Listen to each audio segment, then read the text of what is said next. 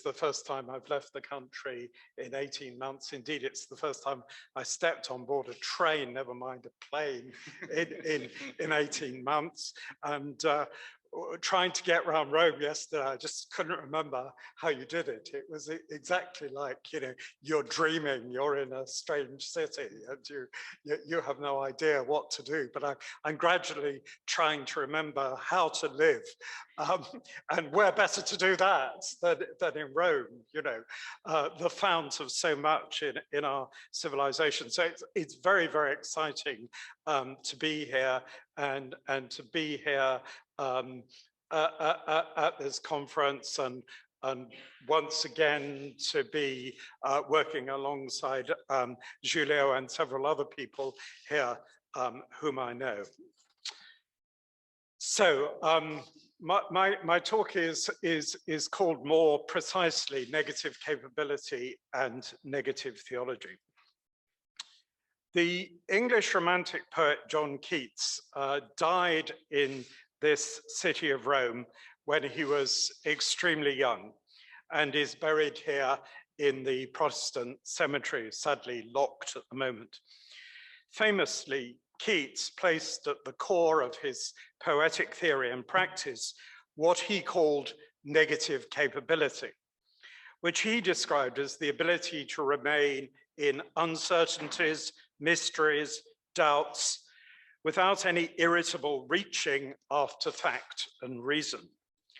He criticized the elder poet and philosopher Samuel Taylor Coleridge for being supposedly incapable of remaining content with half knowledge, and thereby missing the significant import of what Keats called a fine, isolated verisimilitude or half appearance of truth. By too hastily turning away from the obscure in search of metaphysical transparency, something of human value is being, after all, overlooked, was Keats's contention. One might say that Keats was here articulating a kind of immanent and aesthetic doctrine of apophasis. For him, this certainly encompassed the human ability to enter into sympathetic resonance with the feelings of others, but it also included the capacity to create dramatic fictions and characters which might have little to do with one's own sensibility. In this respect, William Shakespeare was for him, as it were, the Dionysus the Areopagite of his secular theory of negative naming. The poet whose own life is appropriately obscure, like that of Dionysus, since the true poet, as poet, should really have no character of his or her own, according to Keats. Secular negative naming is therefore also for him a kind of secular kenosis to which Keats himself aspired. In doing so, he rejected what he described as William Wordsworth's indulgence of the egotistic sublime, after the example of John Milton. Both these poets had supposedly sought too much to speak positively and confessionally in their own singular voice.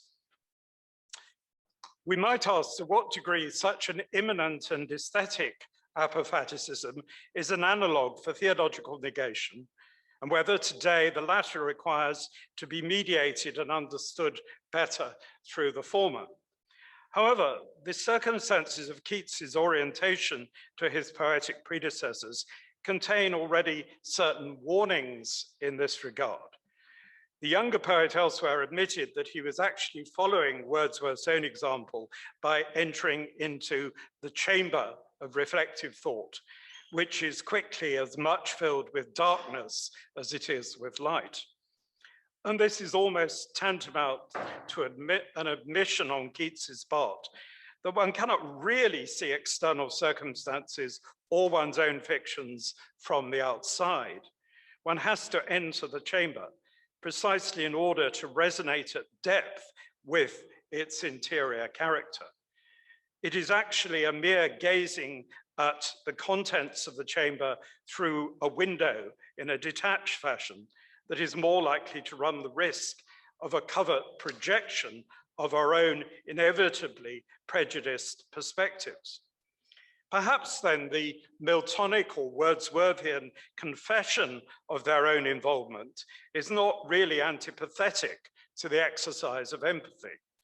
The notion of an empty, purely receptive self is, after all, a myth, and we do not need so entirely to pit Milton against Shakespeare.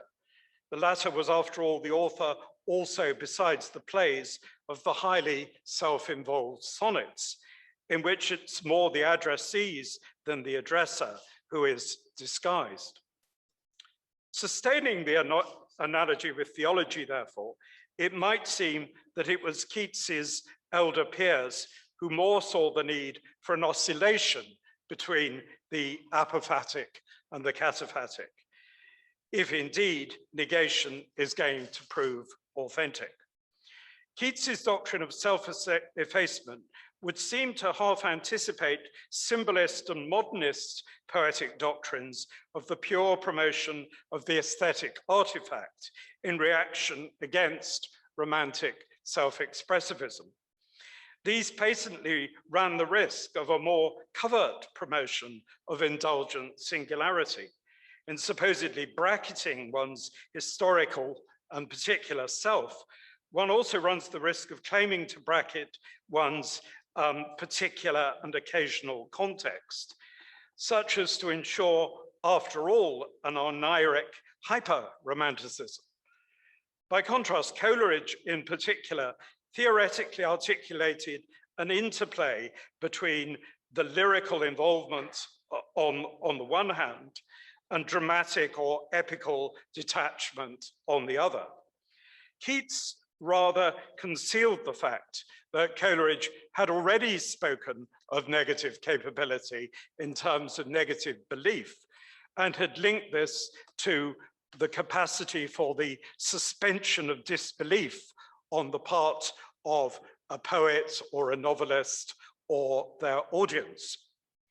Therefore, it was Coleridge himself who had insisted on the significance of verisimilitudes or of true seemings, which might either be obscure realities or fantastic stories, like his own Rime of the Ancient Mariner. The real difference from Keats was that the latter was already tending towards a kind of aestheticism for which the mere beauty, and often the dark Gothic beauty of a fascinating but impenetrable reality, was sufficient in itself. It no longer beckoned us towards truth, which indeed for Keats tended to betray the peculiar, if often fatal, truth of beauty alone. Not accidentally, Keats's ballad, La Belle Dame sans merci, was one important source of the femme fatale trope that was still going strong in Hollywood up till the mid-20th century, if not far beyond. By contrast, for Coleridge, a preparedness to remain with mystery and with the significance of beauty was not a retreat from the pursuit of truth or from the search to know more. Instead, the confession that one cannot comprehend a certain situation, event, or significance marked for him our entrance upon a mode of understanding in excess of a merely comprehensive grasp. One mark of such a mode is clearly that a mystery is inexhaustible, just as there will never be any end to discussion of the meaning of Shakespeare's Hamlet. So neither beauty nor mystery is a full stop, like a blank wall. They are more like invitations to the intrepid to penetrate further into their misty light, albeit with the sense that we will never arrive fully at the light source, which would indeed be blinding without its refractions, for all that they conceal the source as much as reveal it. Understood then more in this Coleridgean idiom, which Rowan Williams has also significantly articulated in his own terms and in relation to negative theology. Aesthetic apophasis is not divorced from the moment of affirmation, nor is our going over to other realities of things, people, and fictions totally divorced from our own subjective involvement, and nor again is the frustration of our rational knowledge a mere inhibition of knowing as such. Instead, the frustration is rather to be positively embraced as an invitation to a more crucial, engaged, and inexhaustible mode of understanding. In all three respects, this would seem to give us a better analog to theological apophasis. Respectively, we cannot separate the denial of the names of God from the fact that we venture to name God in the first place. We cannot remove the aspect of our own mystical assent towards God from necessarily objective, public, and liturgical gestures of reserve. And we cannot suppress the advance in what Nicholas of Cusa called learned ignorance from the greater truth of denials as compared to those of affirmations. It's still, for Nicholas, a mode of learning in some way. But does poetic apophasis offer merely an analogy to negative theology?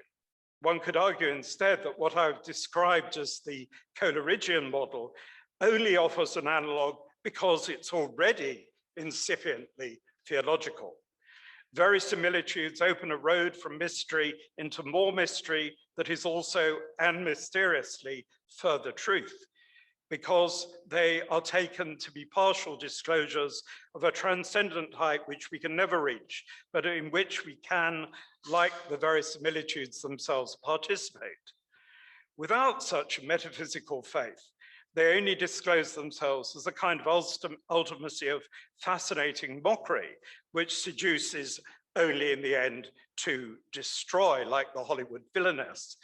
Eventually, in the aesthetics of a Poe or a Lovecraft, this is deciphered as the mask of deception that materialism itself must wear if it is taken as giving rise to emergent realities of mind and awareness, whose epiphenomenality must eventually always dissolve in horror.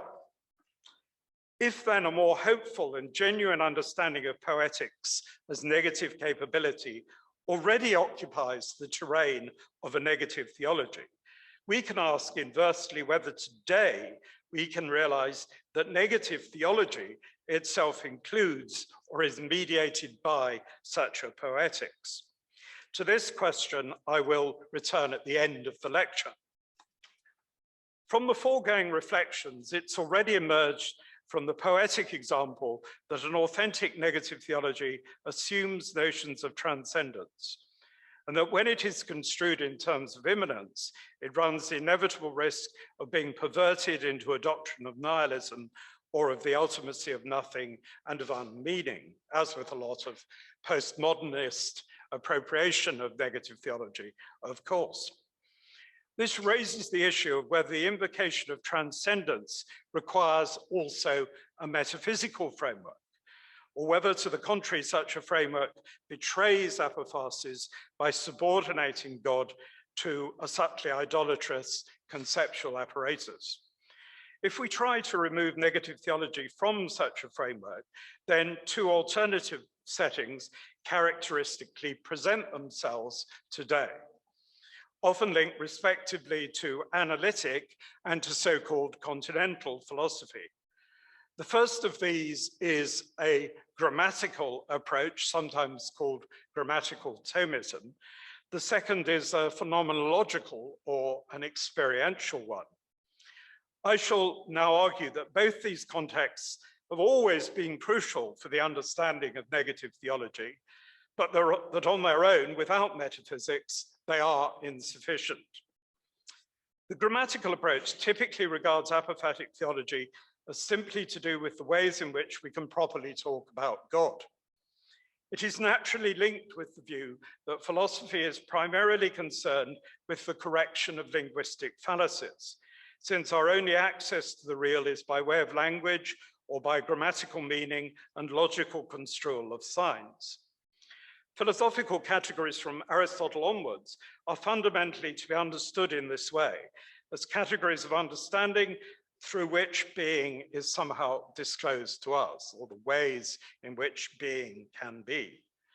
Analogical talk about God involves primarily a removal of categorical predications that can only apply to finite realities, which are all that our understanding positively discloses to us.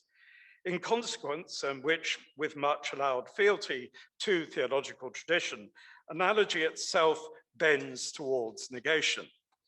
Even if God is, by grammatical definition, the source of all being and truth and goodness, we cannot at all know in what sense he is any of these things. Apophasis offers a kind of minimal referential gesture falling short of any truth content. And in some variants, in fact, like that of Susanna Ticciati already mentioned, in some variants, not even that. Instead, the grammatical exercise is agnostically purgative, and only our liturgical or prayerful gestures performatively invoke God, who lies beyond the reach of sense altogether. In terms of the history of philosophy, this outlook would seem to beg too many questions. In one sense, philosophy as redefined ever since Socrates is of its very nature committed to the grammatical detail. The pre-Socratics were in a sense physicists who sought for ultimate reality in the pre-linguistic and so inevitably in the ultimate elements of reality, which they construed monistically or heterogeneously. The bias of such a physical outlook is towards the atomistic. Conversely, as emerges with Plato, and in a mutated way also with Aristotle, the bias of a philosophy which begins with the logos, with language and with reason, is towards more general structures and universal articulations as ultimate. This means, however, that the turn to the logos inherently assumes the disclosure of the ways in which being can be instantiated as taking place through the structures of language or of reason. And accordingly, it has an inbuilt bias against nominalism.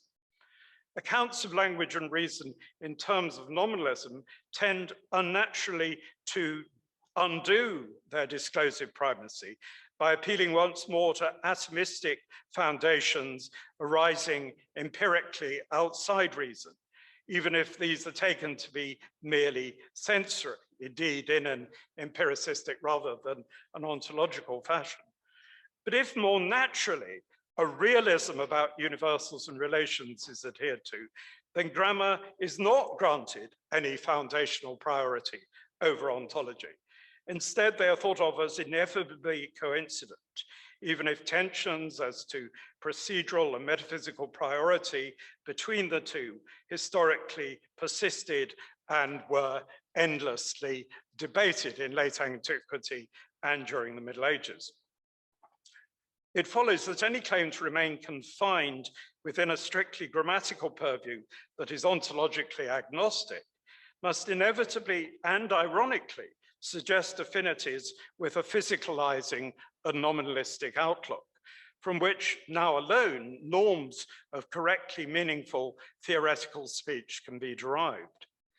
Conversely, a trust in the complex grammar of received languages, with all their implicit hierarchical classifications, generalizations, ramifying associations, and metaphorical transfers, a trust that is perhaps taken furthest by the poet, implies that one takes grammar seriously just because it is taken to be transparent in all its complexity to the real and as our only mode of access to the real. This does not at all preclude the possibility that reality can cause us to make drastic shifts in our linguistic usage, but it does mean that only when such shifts are made, or at least begin to be made, is reality paradoxically re-registered in a new way at all.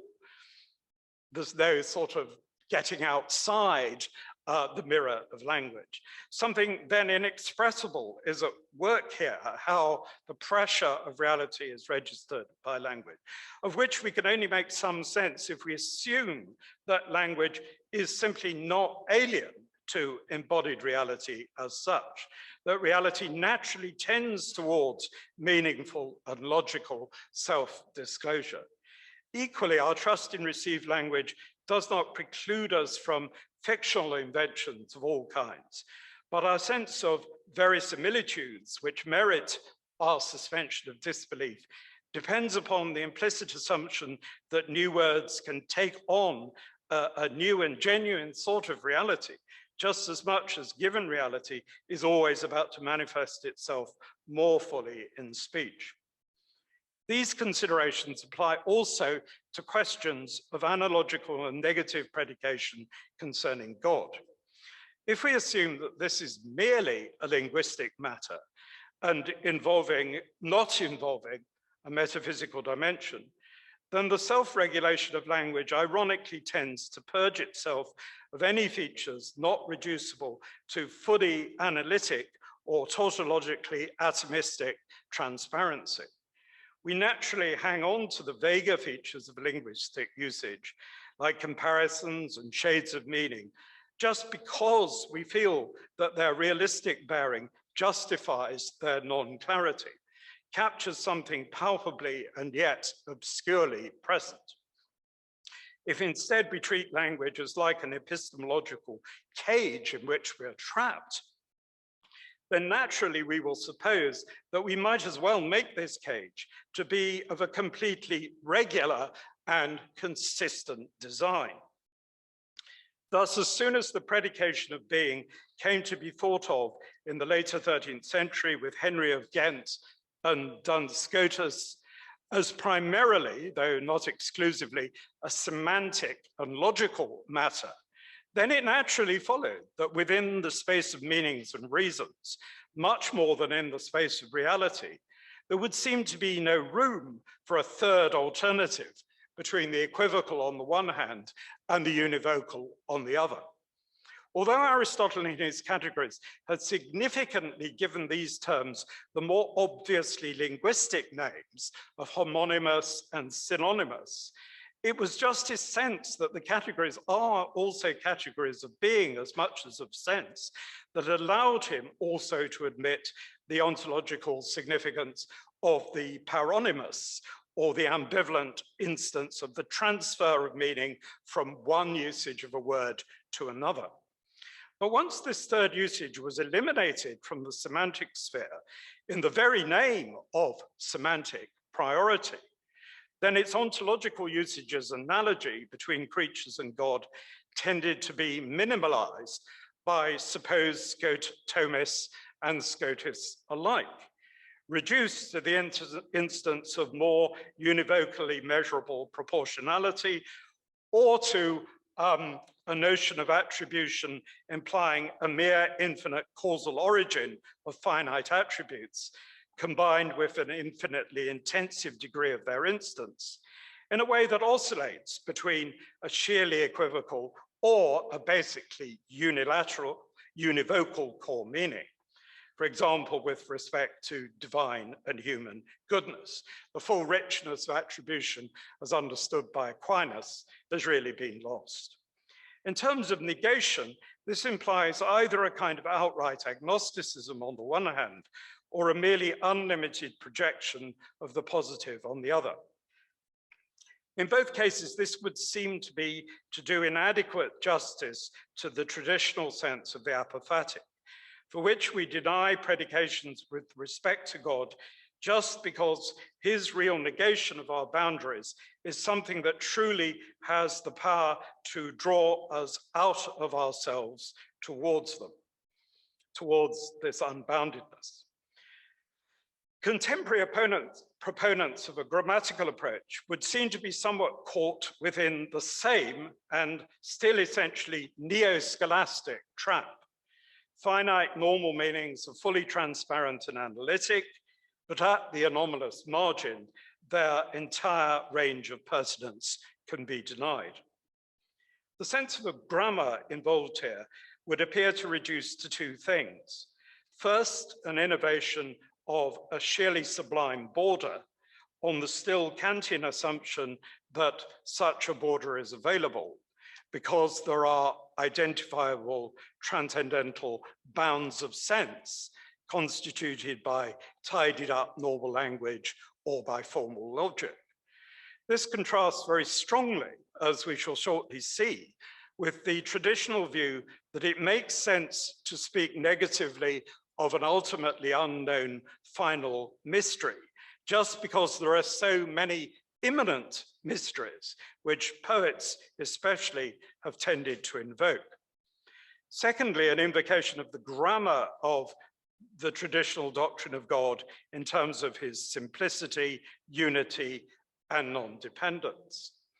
But this invocation immediately reveals that negative theology is not something at the edges of theology, something alternative to positive theology, much less a kind of different and revisionary theological tradition of its own, but instead is entirely situated, after all, within a series of ultimately positive metaphysical or theological assumptions, whether these be Neoplatonic, Jewish, Christian, or Islamic.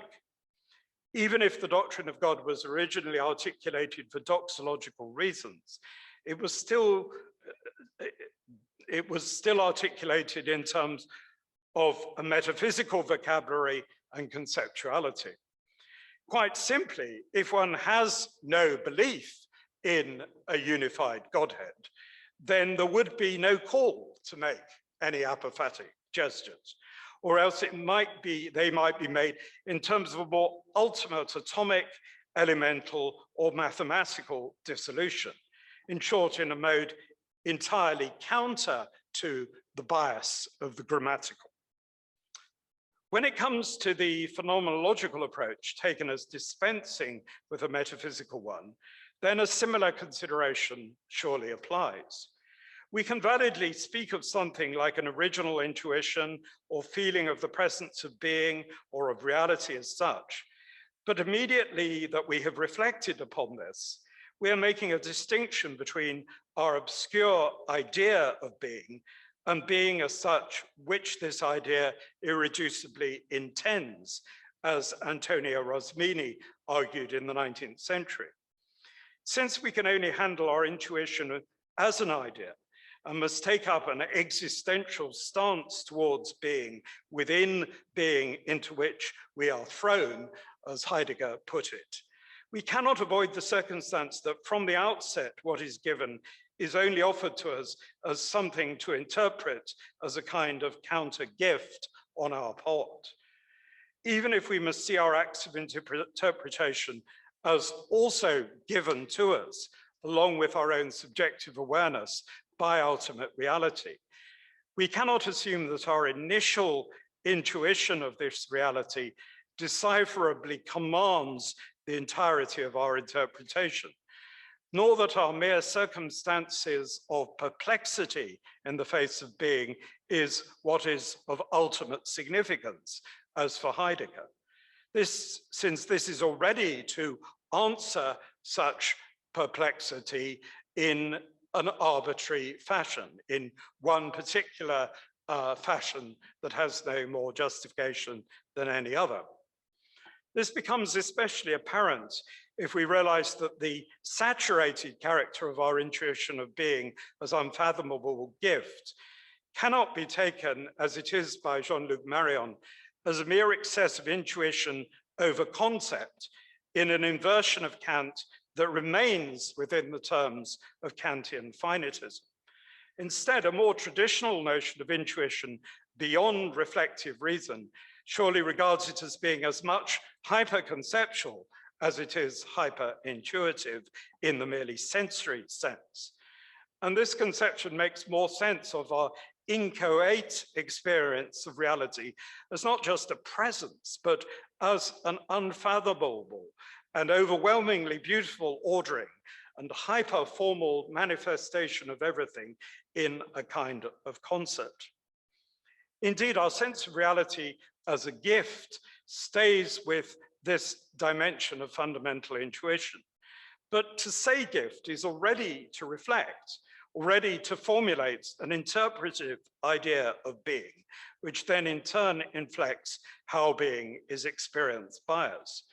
Not every culture by any means has seen being, insofar as it is truly being, as entirely gift, rather than sporadically so, depending which God is in charge, or as more ultimately an indifferent fate. Perhaps, as St. Paul says, the gift character of reality should always have been apparent, But the truth of the intuition is only fully sustained when we see the world as created out of nothing. And even to sustain it non-philosophically, we need to have made the gesture of gratitude, which is already interpretative, and all too often has been overwhelmed by an alternative attitude of mere resignation. It is true that ultimately we can comprehend our active and poetic acts of interpretation as also fully given to us, as I've said, from a transcendent height. But that recognition itself requires the metaphysical picture of reality, which the doctrine of creation and providence opens to our view. Similar considerations apply if we think of the divine presence as something more contingently manifest in the mode of a theophany. However much we should rightly refuse, as Marion says, any reduction of the theophanic to the revelation of metaphysical propositions about God, or as something in a kind of positive contrast to reason, it remains the case that, as with the intimate relation between grammar and reality, it is the very resistance to received categories of, for example, the events of the New Testament and the emergence of the church that brought about radically new metaphysical conceptualizations concerning, for example, matters of substance, personhood, relationality, number, materiality, embodiment, and liberty. An excess of the manifest and of the experienced over the articulated certainly remains, and yet it is precisely a certain mode of articulation that safeguards and registers that excess, which otherwise, according to an alternative articulation, can be reduced and manipulated in alternative ways, as with political instrumentalizations of popular piety. With reference to the apophatic, this means that it is the interpretative metaphysical linkage of the theophanic to the ultimate and reserved unknown that alone fully sustains the negative attitude. Without it, the theophanic can be reduced to the status of a sheerly cultic presence, positively instituted by God and not truly disclosive of his mystery, which is here manifest in its very withholding. Therefore, we must conclude, I think, that sheerly grammatical and phenomenological approaches to negative theology are inadequate. Nevertheless, they are also indispensable, because the very metaphysical notion that reality is fundamentally meaningful requires the primacy of grammatical mediation, and the metaphysics of an ultimate one or of an ultimate God is unmotivated if not connected to a particular mode of experience and a particular interpretation of reality as fundamentally good and ordered towards the good, an interpretation that is always something also in itself felt. But for the reasons which I've tried to articulate, neither negative meaning nor saturated experience of the ineffable would ever have been construed as negative theology were it not for an assumed conceptual framework established by metaphysical conjecture. Briefly, let us consider that framework. 3 points here stand out above all others. First, our modern epistemological bias leads us to suppose that naming God was first of all an epistemological issue. But as we have already seen, traditionally following Socrates, grammatical and ontological issues fell inseparably together. Thus, in the case of Dionysius the Areopagite, we discover that the question of naming itself is as much ontological as it is epistemic. Negation for him names primarily not our own liturgical gesture, though it includes that, but rather the inherent unboundedness of God himself, which includes the idea that we also find in Gregory of Nyssa, that God does not even comprehend himself. In other words, that God's mode of knowledge is completely unlike our idea of knowledge as limitation and comprehension. In this sense, the negative as the infinite was, after all, for Dionysus, in one sense, something positive, like his image of a boundless ocean. Conversely, affirmation was for him primarily not our liturgical offerings, though it included those, but rather all the names of God that God had given himself in the shape of creatures through all the hierarchical ranks of being. Things, as it were, exist as names, as the names of God. The names of God included also, and more especially, those names revealed to us in the oracles of Scripture through the mediation of angels and the higher powers, even beyond the biblical ranks of angels, which Dionysus affirms in the wake of Proclus. In this way then, though in the wake of Neoplatonism, Dionysus was putting forward with his theory of names an entire new metaphysics which divided reality, as it were, mathematically between the negative and the positive, with a seemingly unmediable negative sign operating between the two. The infinite negative is absolutely not the positive, but the finite positive is absolutely not the negative. The second aspect of the assumed metaphysical framework undergirding negative theology is that it involved degrees of ascending apophasis and realities below the level of the one or of God that could only be spoken of to a degree themselves negatively. We often suppose otherwise only because we are still held captive by the Kantian picture of pure positivities within finite bounds only exceeded at one point by the sublime beyond. But the very first writer clearly to articulate a negative theology, the Middle Platonist Alcinous, suggested that we can only speak of the one by removal of predications, just as we can only speak of the geometric point by abstracting dimensions. Thus, to a degree, apophatic identification becomes plausible just because it already operates in the sphere of mathematics, rather in the way that mathematical realities supported the doctrine of the forms for Plato himself. We know that points and numbers and so forth exist, even though we can only approach them through sensory experiences and categories which we must also deny. Similar considerations apply to both intellect and to substance. We know directly and immediately from within ourselves that intellect is real, and yet we can only conceptualize it through the use of sensory images.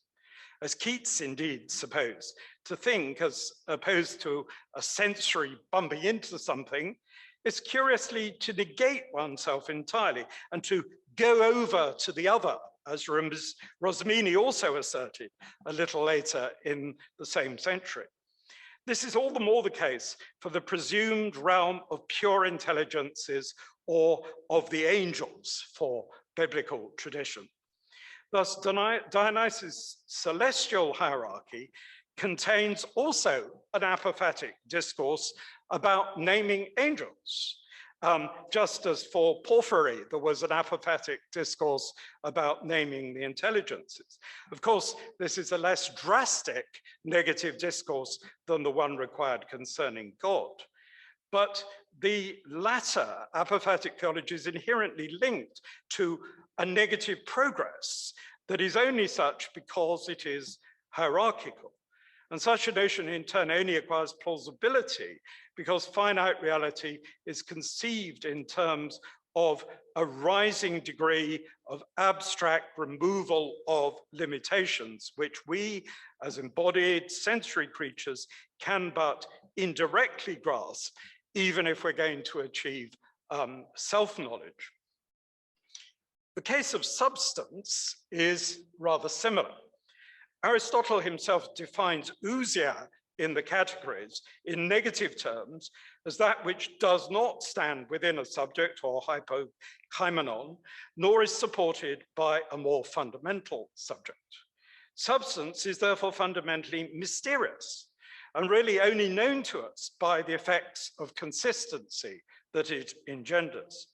And already in the case of Aristotle, a link was made between substance and that aspect of ultimate reality which was for him being, if not, though, for him also God. Substance as self-standing is the thing for Aristotle that is most in being, and other accidental realities are ordered towards it. For Aristotle, there was indeed, nonetheless, no such thing as a negative theology. But that was precisely because he was apparently content to leave problematically not fully linked together the realms of the physically moving, the immanently or metaphysically unmoving, and the realm of unmoved divine full self-presence, which, however, it would be wrong to suppose that Aristotle just saw as just ontic, or just a kind of great big thing lying within the normal scope of being, as Heidegger supposed, I think projecting backwards into antiquity a neo-scholastic ontotheology.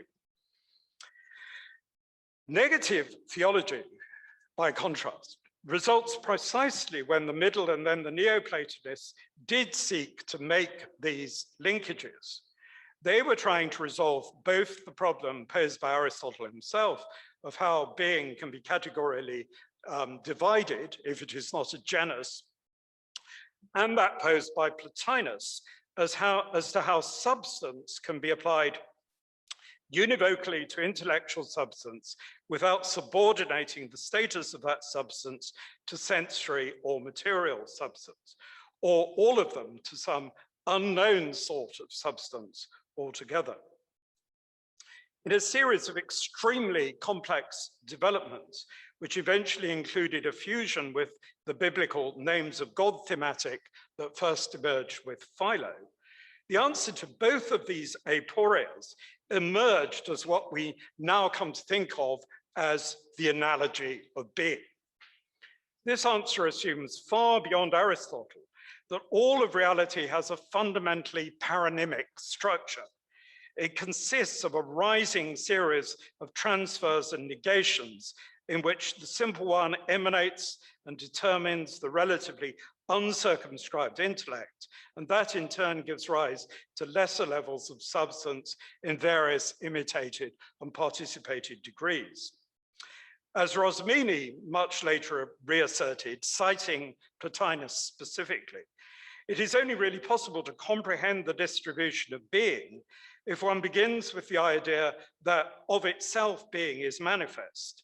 Of itself, it implies, therefore, a recipient of manifestations, and yet is thereby already doubled and reflected upon, and consequently becomes, in principle, selectable and selectively communicable.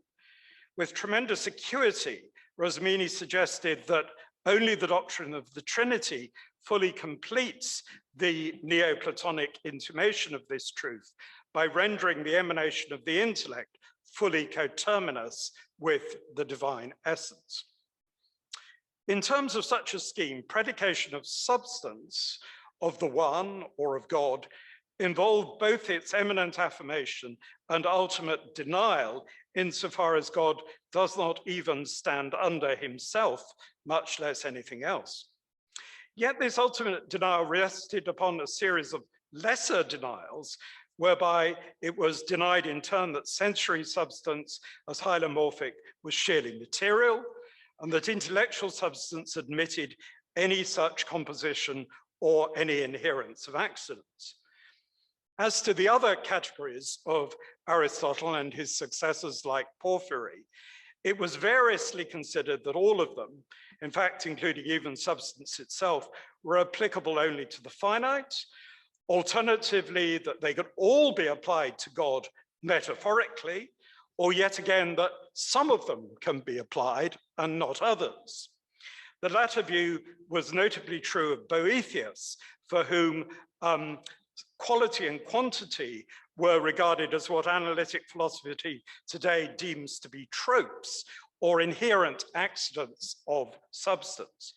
And also for later 12th century Boethians who saw relation as also predicable of God, whether in terms of his outgoing activity from our perspective or in terms of the Trinitarian persons.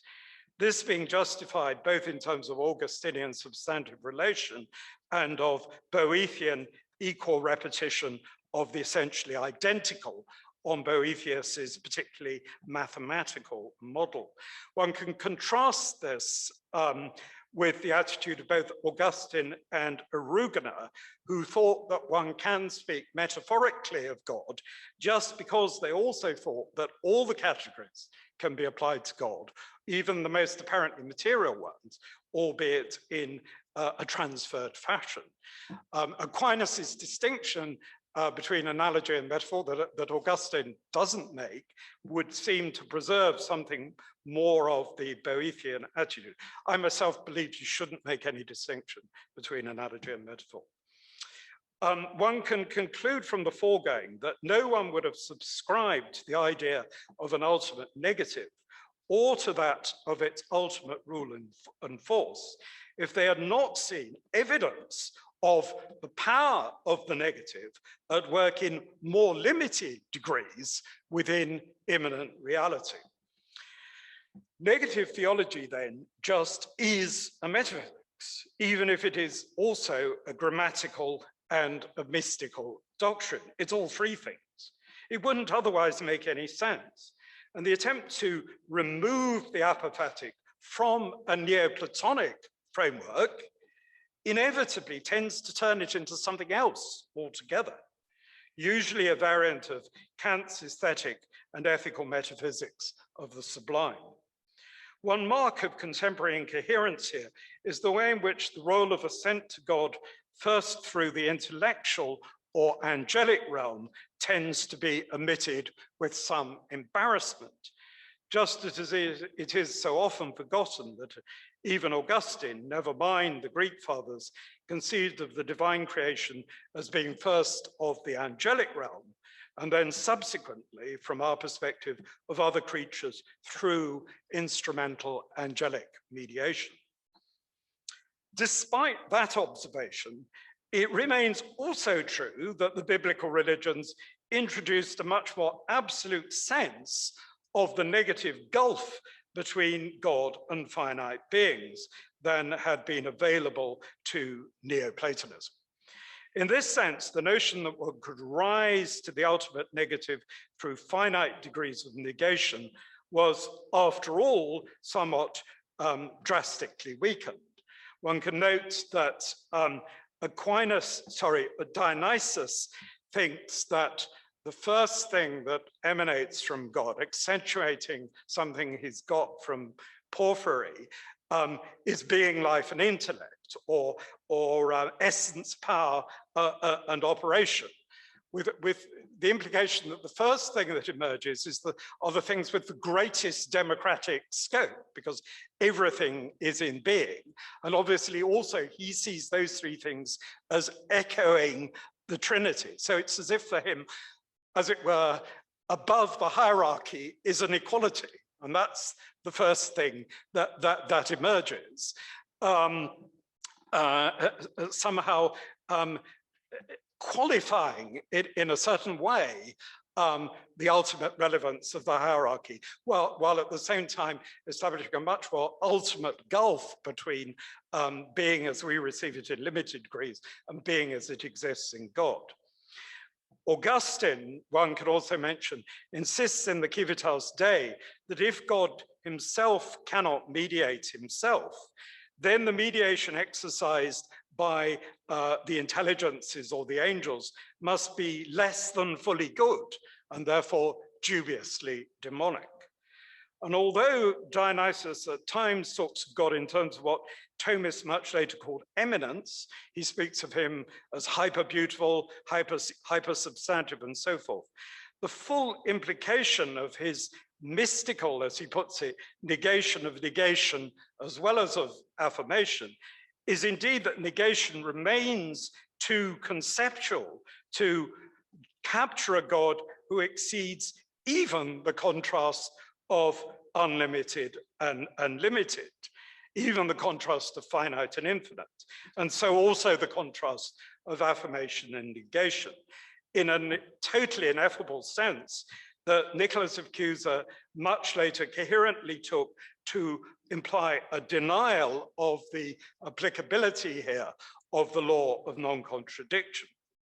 Like Augustine and Erugena in his wake, Dionysius is clear that God himself in Christ bridges a now totally unmediable gulf between a negation, even beyond negation on the one hand, and created positivity on the other. Thus, for Dionysius, the ultimate name of God is quite simply Jesus. The ineffability of whose proper name, like that of the Tetragrammaton, exceeds even the mystery of the negative and the boundless. And one can note that even Aquinas suggests that it's only faith in Christ that gives us an entire surety of the workings of analogy. The more ultimate mystery beyond negation for Dionysius, Erugena, and Cusanus would then seem to be the incomprehensible uniting of the negative and positive in Christ, such that every analogical assent really participates also in this unity and only counts as neither equivocal nor univocal because it embodies such a paradoxical coincidence, which is again for Cusanus in breach of the normal logical laws of identity. In a parallel fashion for all three authors, as for some of those of the school of Chartres and for Meister Eckhart, the doctrine of the Trinity implies an incomprehensible coincidence of negative remaining and positive outgoing within the divine remaining itself as the ground of God's creative outgoing. In this sense, the identity of God as ecstatic love would seem to be in excess of, though also in coincidence with, his nature even as the negatively unbounded. In these ways, therefore, I think one can say that Christianity intensified the ultimacy of the apophatic, and yet just for that reason also suggested the mystical coincidence of the negative and positive as a mystery still more ultimate than the apophatic, a mystery disclosed by both the Trinity and the Incarnation. Doctrines which intensify the truths of the apophatic and of the analogical and the mystical and are not in any sense qualified by them. The final question, however, at the end of this lecture is whether it's readily possible for us today to subscribe once more to a Christianized Neoplatonic framework. We find it easier to understand the ineffable experience of God or the grammar of Christian doctrine, which we hold by faith to be true. But in both cases, I've suggested that it is indeed dubiously to ascribe to a foundationalist myth of the given if we suppose that either experience of radical donation or of grammatical reflection on the rules of normative Christian discourse exist without the mediation of a speculative hermeneutics from the supplementary outset. But the latter is not primarily an abstract exercise. It continues amongst all believers all of the time, and it's a matter of performance as well as reflection, as in the case of the liturgy. Today, we are more intensely aware than pre-modernity that rituals are things shaped by us, albeit under divine guidance, rendering it natural for us to think after Proclus and Dionysius and Maximus in terms of a theurgic and synergic enticement of the divine through ritual performance, even if, of course, we understand this entire performance as divinely created and inspired. This awareness gives us a stronger sense that ritual is in continuity with all human fictioning, a post-romantic sense, if you like, and that metaphysical pictures are themselves fictional approximations which we indeed make up and which we must regard with some negative reserve, even though, as we've seen, this reserve would become merely nihilistic outside the entertaining of a metaphysical vision of a quite specific sort. And by that I mean of a Neoplatonic sort, unavoidably. And metaphysics can be thought of as something like a sacred building within which prayer can be enacted, while inversely each inaction is also a kind of performance of the metaphysics itself, which in turn can lead us to modify the metaphysical vision. Within this perspective, the mediating factor between phenomenological experience, grammatical vigilance, and metaphysical picturing can be taken, in fact, to be poesis, so returning us to our original theme. It is the poetic and the artistic in general which is most radically open to the novelty of being all the time, to the rigorous possibilities of symbolic codes if we are respectful of their own grammatical character, and to the need to shape, however fragmentarily, a universally relevant vision.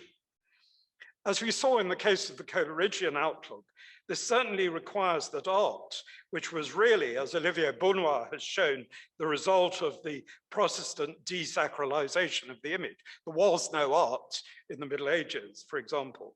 We need that, our notion of art, to be returned to a liturgical horizon, but it inversely involves a stronger and specifically modern sense of the finite provisionality of our liturgical and metaphysical endeavors, even though their continued consistency has been guaranteed by the mediation of God himself in the flesh.